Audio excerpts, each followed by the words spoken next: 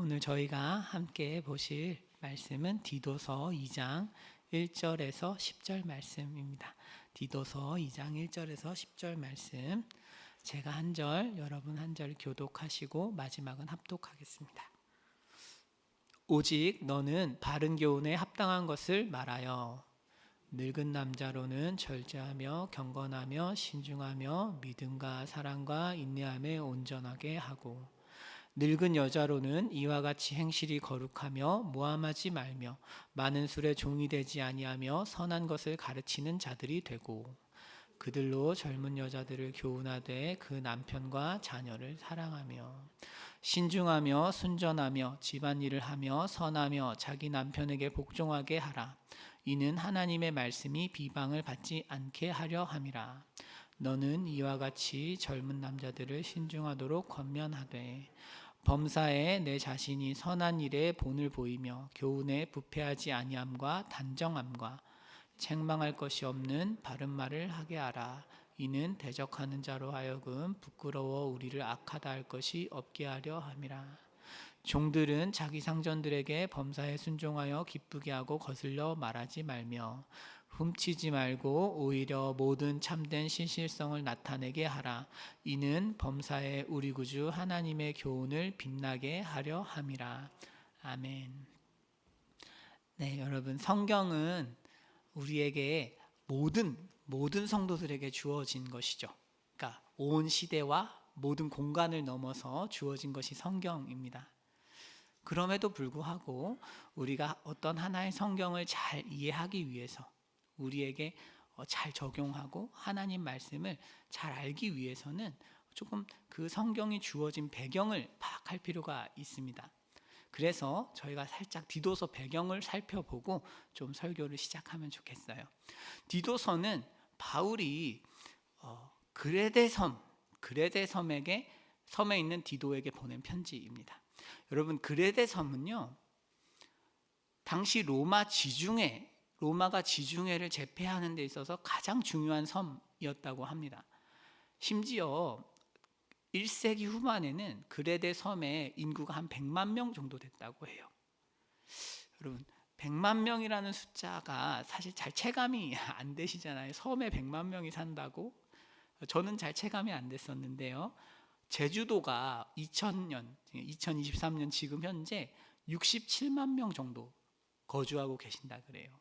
그러니까 2000년 전에 그레데 섬에 더 많이 살았다는 거죠. 그러니까 말하자면 엄청나게 번성했던 섬이다. 우리가 이렇게 이해할 수 있어요. 바울이 그래서 4차 선교 여행, 말하자면 로마에서 풀려난 이후에 사도행전 28장에서 바울은 로마에 갇혀 있는데 그 연금 생활이 끝난 이후에 그레데로 갑니다. 그레데로 가서 그레데에 교회를 세우는 것입니다.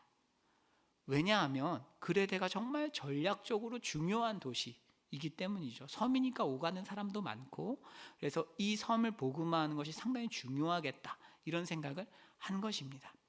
그리고 나서 그레데 섬에 누구를 남겼느냐 하면 디도를 남겼어요. 디도를 남겨두고 바울은 선교를 떠났습니다. 그러다가 로마에서 베드로가 순교하는 일이 발생합니다. 베드로가 네로의 박해가 심해져서 순교를 하자 로마 교회가 상당히 어려워졌어요.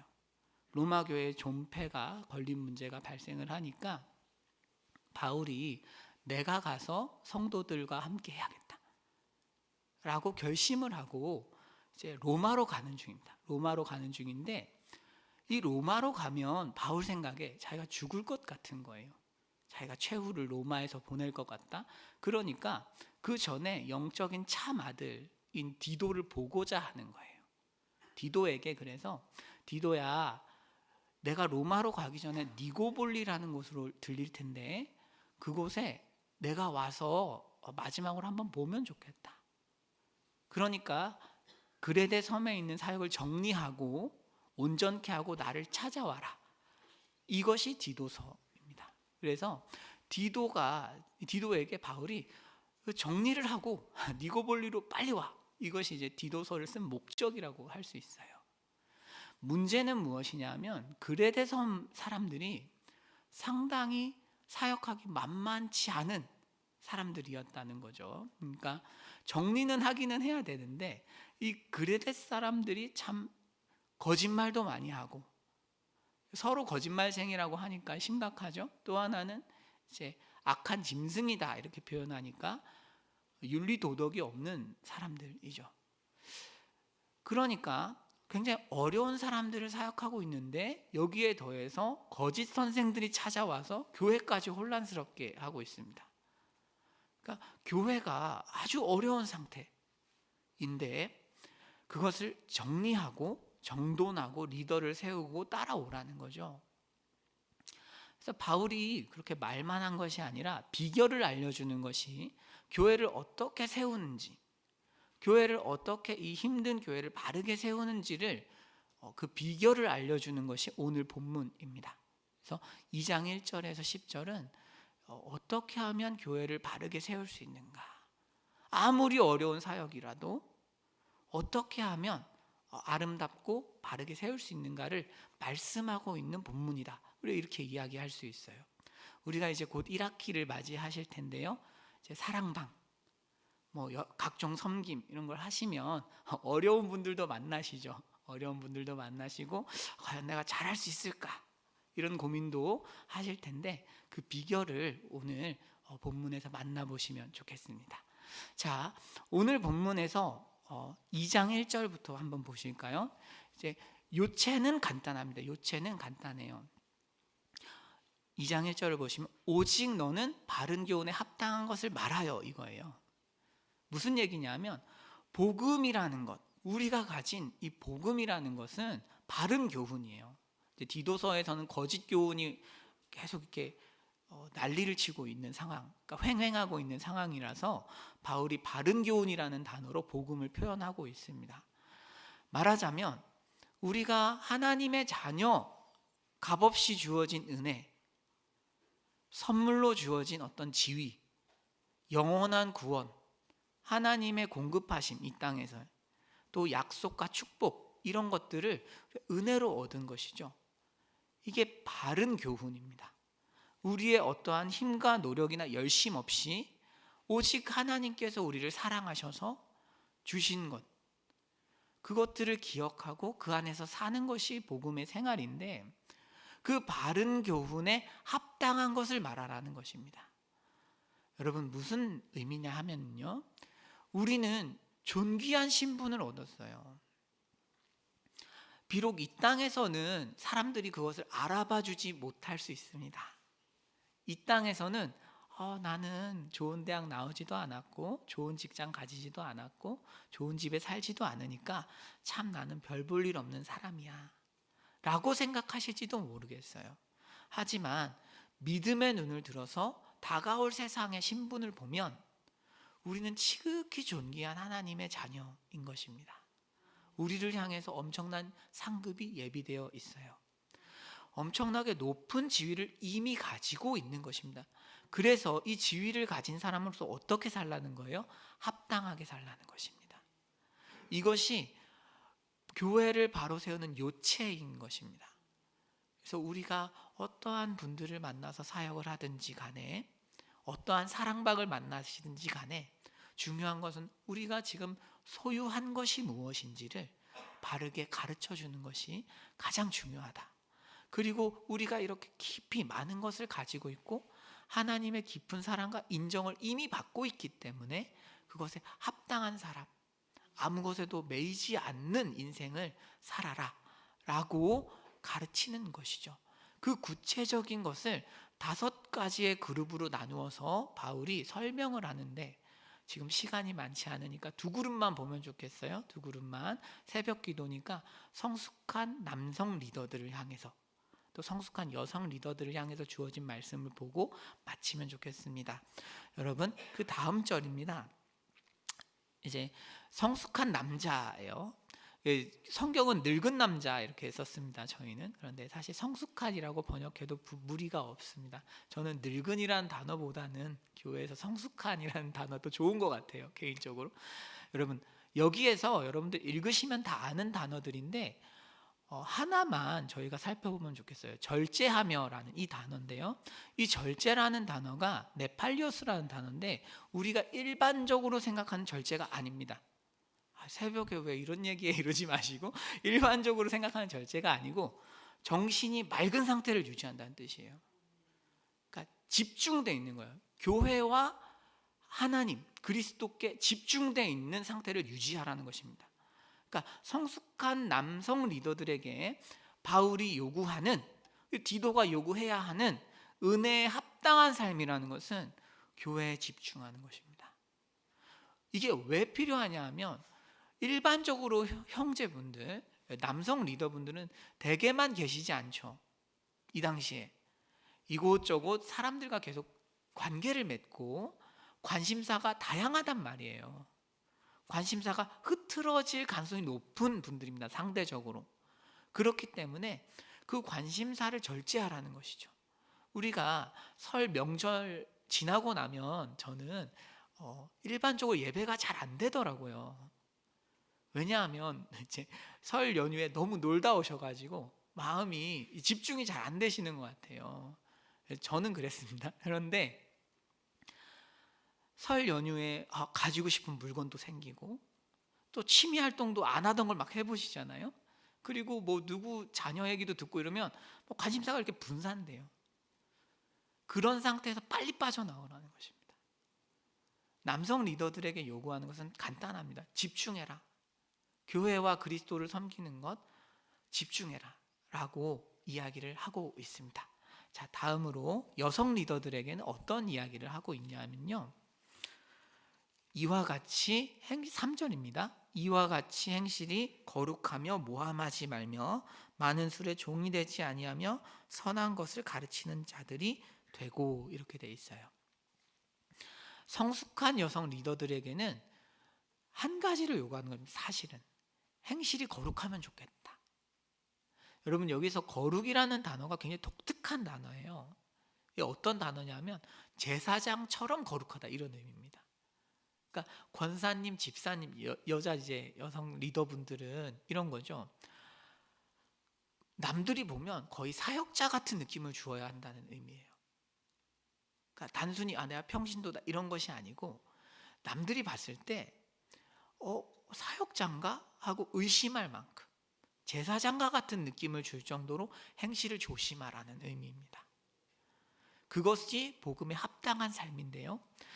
그런데 그렇게 살지 못하게 만드는 것이 두 가지 정도 있습니다. 두 가지. 어떻게 해야 하냐면 첫 번째로 모함하면 안 돼요. 그러니까 우리가 제사장처럼 교회에서 또한 삶에서 거룩하게 사는 데 있어서 가장 우리를 망치는 것 중 하나가 뭐예요? 모함하는 것이다 라는 거죠. 그럼 모함하다라는 이 단어가 명사로 사용되면 사탄이라는 의미예요. 무슨 얘기냐 하면 여러분, 교회에서 혹은 집에서 말을 옮기고 사람의 어떤 비난을 없는 데서 하는 것은 사실은 굉장히 사탄적인 것입니다. 그러니까 우리가 단순히 말을 조심하자 이런 개념을 넘어서 있는 거예요. 하나님의 자녀는 자기 자신에게서 소문이 끝나야 되는 거죠. 누군가가 와서 나쁜 이야기를 하더라도 내 안에서 끝나야 되는데 그걸 옮기거나 모함하거나 하면 안 되겠습니다. 그렇죠? 이게 기본적인 것입니다. 그래서 우리가 올해에는 좀 더 경각심을 가지고 모함하지 말아야겠다. 여러분, 한 연구 결과에 따르면 두 사람이 대화를 하는데 자리에 없는 사람을 언급하기만 해도 상대방을 향한 신뢰도가 떨어진다고 해요. 언급만 해도. 하물며 부정적인 얘기를 하잖아요. 그러면 사실상 대화 상대방에게 그 어떤 신뢰도 얻을 수 없습니다. 하나님께서는 하나님의 자녀들이 그렇게 살기를 바라지 않으시는 것이죠. 하나님께서 우리에게 요구하시는 삶은 합당한 삶이고, 그래서 사람들에게 신뢰를 얻는 삶이라고 할 수 있고, 그것을 막아서는 가장 중요한 것이 모함하는 것, 말을 옮기는 것이다 라고 정리할 수 있습니다. 이 새벽에 우리가 이 부분만 조금 더 살펴보면 좋겠어요. 여러분, 말을 옮긴다는 것은 사실은 정확하게 옮길 수 없습니다. 그렇죠? 왜냐하면 사람이 말하는 문맥이 있기 때문에 그렇죠. 사람이 말하는 문맥이 있기 때문에 누군가에게 가서 야, 누가 너한테 이렇게 말했더라 이렇게 얘기하면 내가 의도하진 않았어도 그 모든 문맥을 초월해서 문장만 가져오는 것이죠. 말만 가져오는 것이기 때문에 그 자체가 거짓말입니다. 그러니까 우리가 교회에서 관계를 맺고 사랑방을 하고 뭐 이렇게 여러 가지 어떤 섬김을 할 때 우리가 말을 옮기는 것이 그만큼 불가능하다는 걸 아셔야 돼요. 정직하게 진실하게 말을 옮긴다는 것이 사실상 거의 불가능한 것이구나. 그래서 하나님께서 하지 말라고 하시는구나. 우리가 이 새벽에 이것을 분명하게 짚고 가면 좋겠습니다. 여러분, 그래서 이 결과입니다. 마지막인데요. 1절에서 10절까지 반복되는 단어가 있어요. 반복되는 단어. 저희 수요일에 큐티 학교 하시면서 큐티 할 때 반복되는 단어를 잘 찾아라 이렇게 돼 있는데, 반복되는 단어가 신중함이라는 단어가 있어요. 신중함. 이게 성경에서 오직 훈련을 통해서만 가질 수 있는 성품을 의미합니다. 훈련된 자제력, 사려 깊고 좋은 판단력을 가지고 있는 것, 욕구를 절제하는 것, 이게 신중함입니다. 여러분, 하나님께서는 성숙한 지도자들을 잘 훈련시키셔서 절제하고 모함하지 않는 그런 사람을 만드셔서 신중한 사람으로 만드십니다. 신중한 사람으로 만드셔서 마지막에는 그 신중한 사람을 가지고 복음을 효과적으로 전파하는 데 사용하십니다. 우리가 복음에 합당하게 하나님 앞에서 이제 1학기에 시작되는 각종 프로그램과 이제 하고 있는 금요일 영성 집회 이런 것들에 잘 참여하셔서 신중함을 잘 길러가면 좋겠습니다. 여러분, 우리에게 그런 축복이기 바랍니다. 기도하겠습니다. 사랑하는 하나님 아버지, 우리 가운데 은혜를 베풀어 주셔서 오늘도 말씀을 듣게 하여 주시니 감사합니다. 아버지, 우리가 바른 교훈에 합당한 삶을 살기 원하는데 이 삶 가운데 우리가 하나님을 향한 집중력을 유지하고 또한 행실이 거룩하여서 사람을 모함하지 않고 신중함에 이르는 은혜를 베풀어 주시옵소서. 사랑하는 주님 감사합니다. 예수님 이름으로 기도드렸습니다. 아멘.